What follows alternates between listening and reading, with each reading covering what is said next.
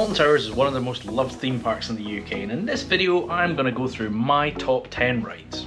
Starting at number 10 we have the Runaway Mine Train. This is a Mac-powered coaster. It's nothing particularly special, nice theming. The one thing, and Alton Towers leaned into this year because they put signs up, is the famous choo choo when the ride starts. Or choo choo, I think it's probably closer to how it should sound. But a great ride, interacts well with Congo River Rapids, just a fun ride.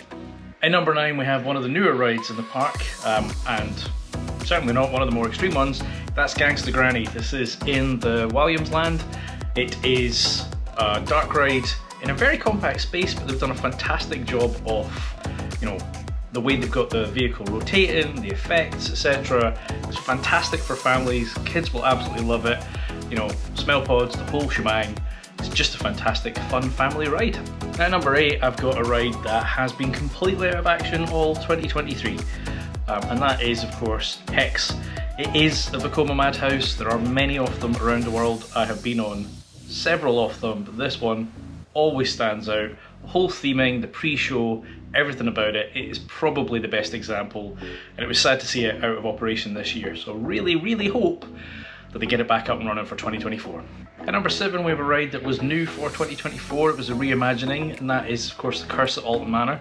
This was previously the Haunted House and then Jewel, and then it closed at the end of last season, a little bit early. They did a load of work refurbishing it over the winter period, and it opened as the Curse at Alton Manor. It's still the same ride mechanism, there's still some scenes that are similar. They have added a lot to it, including even later in the year, towards Halloween they added some more stuff to it. It's a fantastic dark ride. I do think there's still some room for improvement. There are some dark spots that possibly are intentional, but it just feels like dead space. So I'd love to see them continue to add more to this.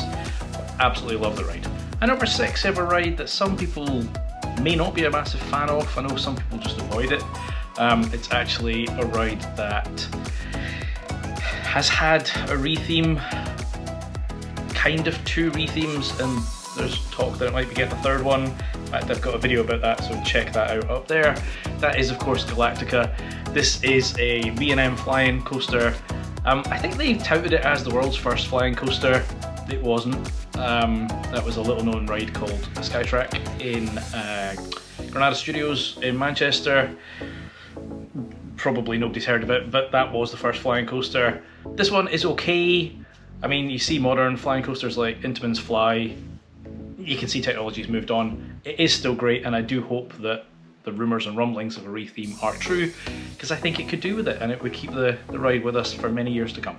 Okay, we're at the halfway mark now. If you're enjoying this, hit that like button, hit that subscribe button, and let me know in the comments below what your thoughts are, what your top 10 are, what you think of my top 10, any you'd add, any you'd take out, and generally what you think of the ride lineup at Alton Towers.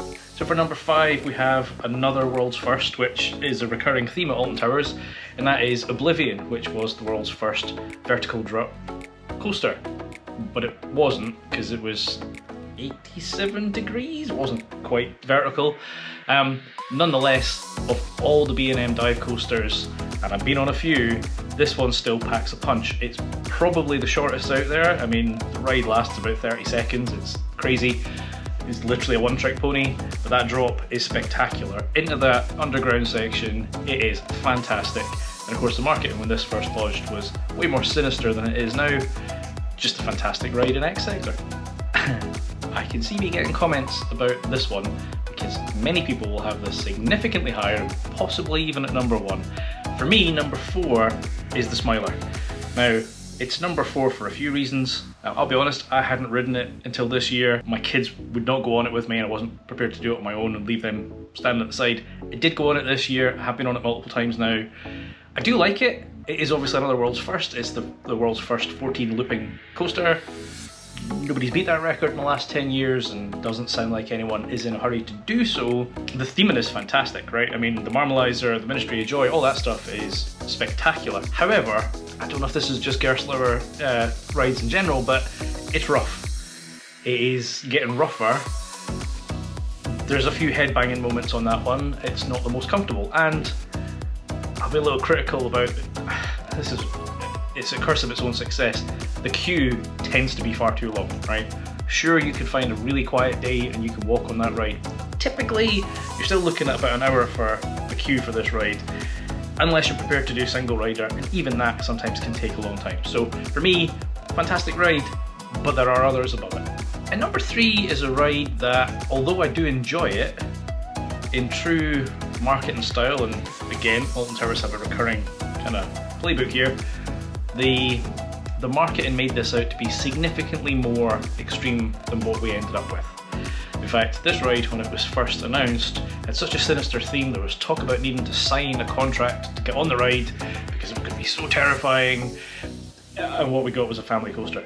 It is 13, it is a fantastic ride, especially if you go on it with somebody who doesn't know about the drop track. That is just fantastic seeing their reaction. It's not the most intense ride by any stretch of the imagination, but it is fantastic, especially if you go on that in the dark in the woods.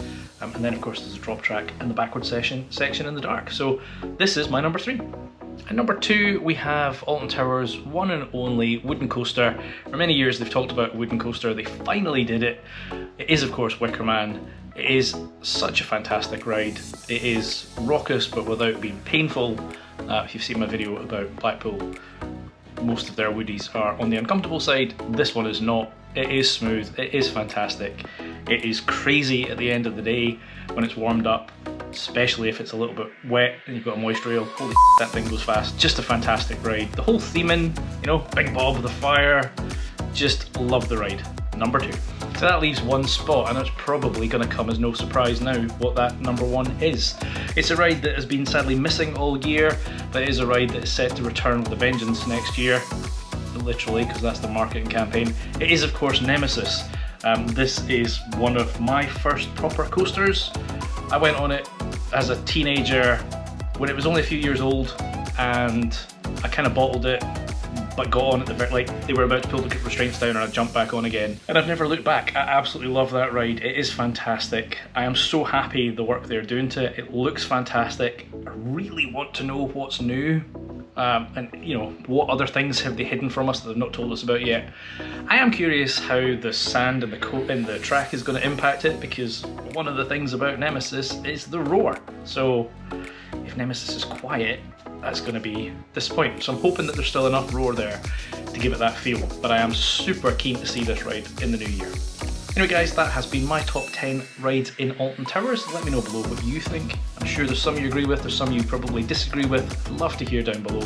Hit that like button, hit that subscribe. I have been Chris, you've been watching Coaster Dad, and I'll see you in the next one. Adios.